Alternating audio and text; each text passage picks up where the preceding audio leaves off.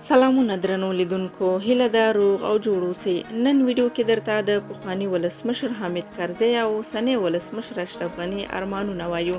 خو د مطلب د شروع کېدو نه مخکې زموږ ویډیو لایک کړئ او سهار میډیا چینل سبسکرایب کړئ.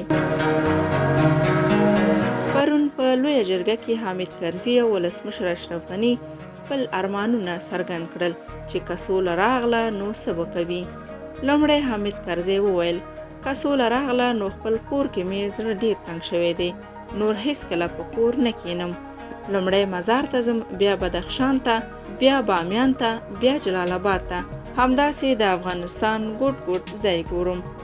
بیا ولسمشر غني وویل زه غواړم سرخاب یعنی خپل کور کلي ته لاړ شم او قراره مې د کور دروازه د 2 کلونو لپاره وتړم. ډېر کتابونه مې په ذهن دي، خدای دې وکړي چې زمینه راته برابره شي چې هلته مې کتابونه ولیکم تر څو راتلونکي نسلونو ته یو څه پرېږدم. ولسمشر تر سولې وروسته هم د استراحت اراده نه لري، بلکې د نالوستي ملت د درد دوا کوي.